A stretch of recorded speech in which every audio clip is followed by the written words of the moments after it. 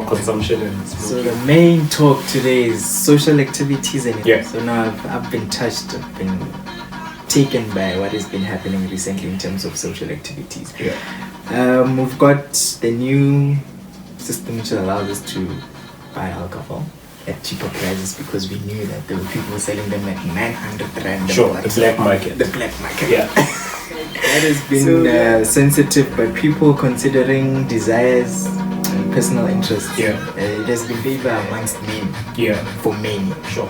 because alcohol is something that we enjoy. I mean, even on the show, we'd want to have a few sips. No, sure. Now and Yeah. then, you know. Now, my point here is that with social activities, right? We see them happen, open up gradually. Firstly, it's the economy, right? I don't have a problem with the economy opening. Yeah. I understand it.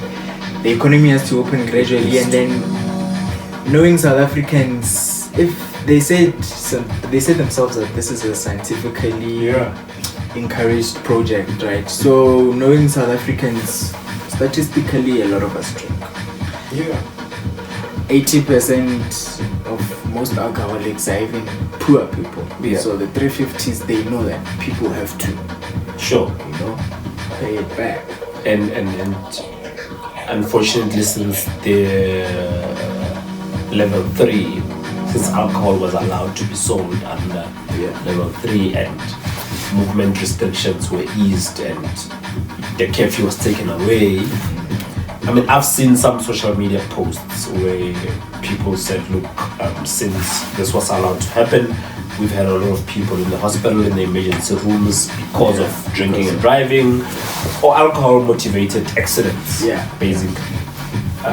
So you ask yourself, we are fighting a pandemic right now, which we don't know if it will go away or not. I mean, there might be a point where we have to live with it, the same way we live with HIV and other pandemics, But right now, there's that belief that we might find a vaccine and this could be overcome,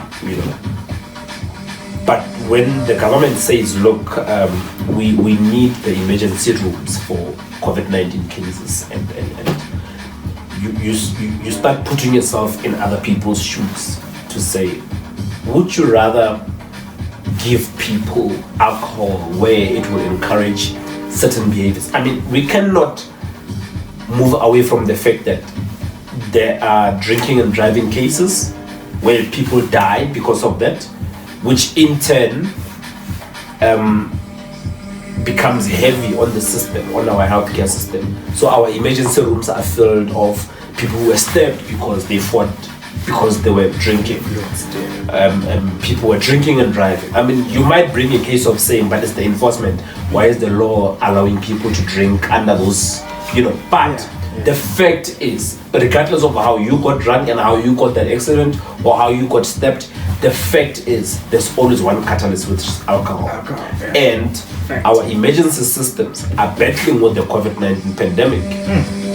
We're already struggling. Yes, I mean, we're already turning stadiums into hospitals and beds, and it means it's that real. It's problematic. Yeah, so I think South Africans are comparing us to China. Yeah, exactly. So as much as we want to keep the economy going and everything, if we were a disciplined nation, to say when they say buy alcohol and drink from home, that's exactly what we do. Then I personally wouldn't have a problem with the sale of alcohol. But as much as I like enjoying my favorite beverage, I've seen what it does, and unfortunately, you can't educate everyone as much as you want to say, look, we're going to make you buy alcohol, we're going to allow you to buy alcohol, but please drink it from home. It doesn't happen. People still drink and get behind the wheel for no reason. I'm telling you, there are some people I know right now, if I can just give them one drink, they will find themselves out of the game. Exactly. And go somewhere else. Exactly. So we have this thing of saying that alcohol is not the problem, the behavior of the person is not the problem, but I think right now our focus should be on, it doesn't matter whether I want to blame you for not behaving when you are drunk, the catalyst is still alcohol. So why not stop the sale of alcohol for a while? I mean, I know a lot of lives are impacted, the economy suffers, there are a lot of people who make a living out of alcohol, I know that, but given the current situation, can we honestly afford to have our emergency rooms filled with accidents and cases of people who got injured because of alcohol? No, you shouldn't actually even call them accidents. Yeah. They're incidents. Yes. Because we can't always keep on excusing these things for accidents. Yeah. No. We know that there's an influence behind the accident.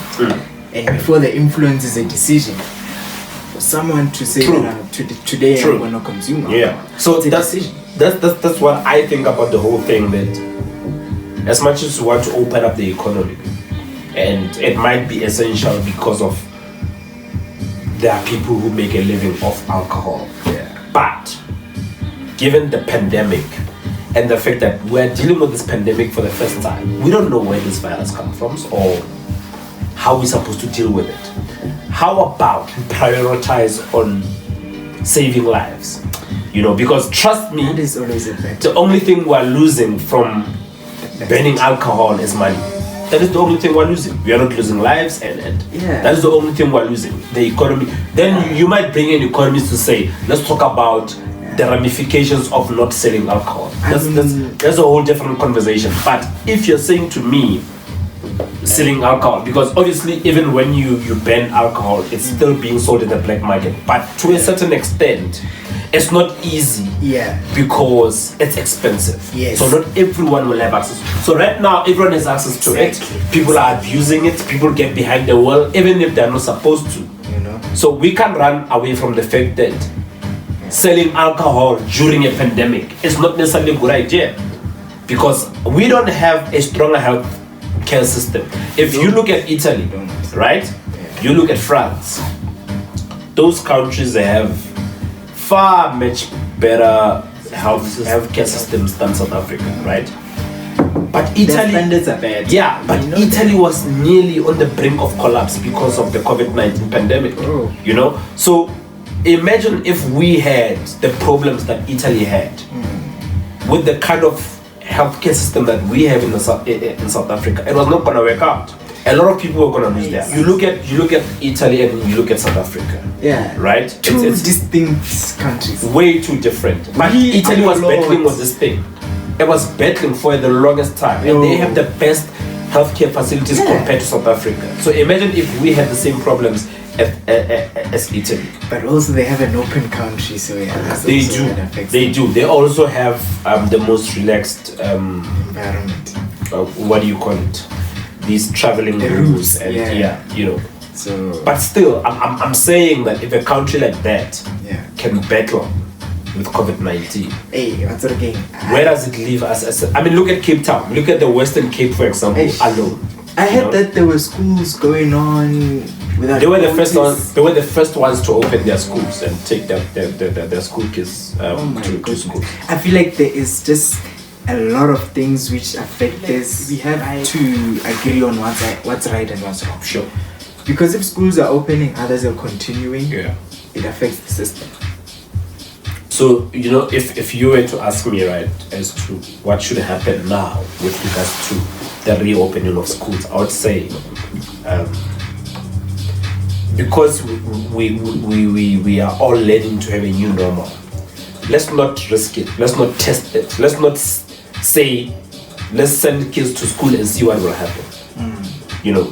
I would rather be on the safe side than experiment with human lives, because as the situation is right now, if you look at the numbers, if you watch the news, the numbers are going up every day, every single day. And do we keep losing the rate? Because we forget the days when numbers were going by 10s and 20s a day.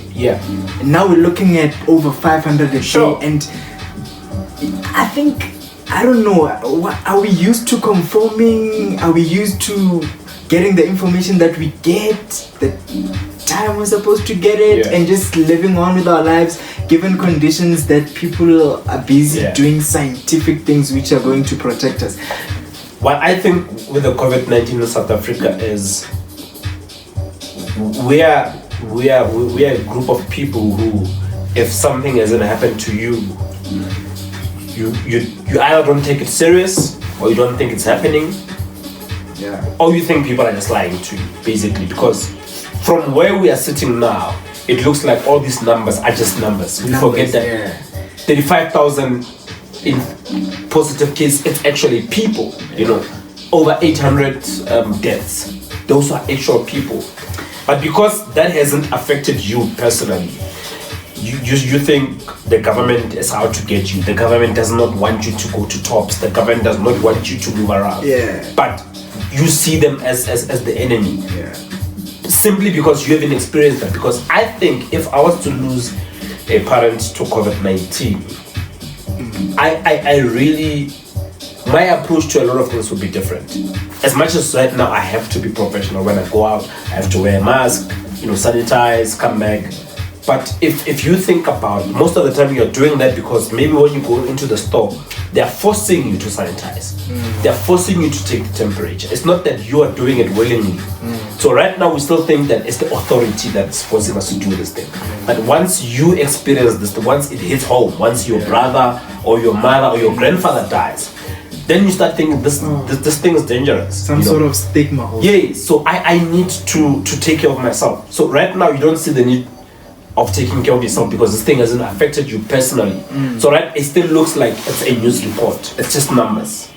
It's not there. It's not affecting you personally. So I feel like it's tricky for the government to deal with it because if we are not complying with it, because we think that the government is just feeding us hogwash, then we have a long way before we defeat this thing. Because the only way I'll start being careful is if it affects me personally or it affects someone that I love dearly. So if I see, for example, my mother dying of COVID-19, obviously my approach to life would be different.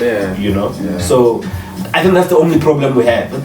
It might be alcohol, it might not be alcohol, but I feel like we have this thing of saying we're dealing with a new virus, we don't know how it works. It's the same thing as HIV. Now no one has to force you to wear a condom.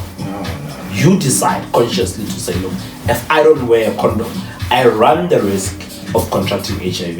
You know, that's you. No one is there with you. You decide. You understand? So that's the thing. So until we get to that point where we see people dying. I hear that point, right? So your point is an expression of family relative. Yeah. I've had the same point expressed from my doctor.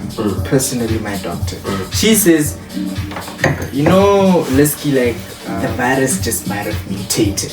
Yeah. Out of medicinal experience, she says the virus might have mutated. All the cases and underlying conditions of medical conditions. So I feel like that creates more of the whole that you're talking about, which is disbelief and because incompetence for the regulation. Yeah, because certain things haven't affected you. But I think sorry to stop you here. But and also the line that separates Western medication and traditional medication that we've been used to. I mean, I feel like people have decided, most Africans have also said, you know what, we're sick and tired of these people having all these viruses and always putting down our medicinal ways of dealing with this things. I mean, that's the thing. So it's either you think this thing is real or you don't. Yeah. You know, and it's either you want to be shown the hard evidence, like the proof and everything, or not. And like you said, man, you don't want the first proof to be someone. That's the thing, because so it's unfortunate that some people will have to start taking seriously once they've lost a very close family member, which is unfortunate. So, and which, as what I think the only way we will be able to get over it is if more people start seeing it, if it starts hitting home. Because if you watch it from the news, you almost think like you're immune to it. The identities are also protected. So it's never. That's what I'm saying. That even if your neighbor has it, you might not know it because the government is not going to tell you that Liski has COVID-19. You know. So unless you experience it or someone else very close to you experiences it, you might become very clumsy. You know, for a lack of a better word. Definitely. But I also feel like, given the rates of our own personal Yeah. country, South Africa. I'm not sure about other African countries. Other African countries don't even have statistics because they're not testing. Simple as that. But we cannot say we have a different coronavirus can't, because yeah. we're in Africa or whatever. Yeah. The numbers are low or whatever, and because the networks are outlining the fact that we have the lowest rates, opposing the fact that we have got more population, Yeah. meaning that I mean, and we it's have not more working. resources to test. Yeah,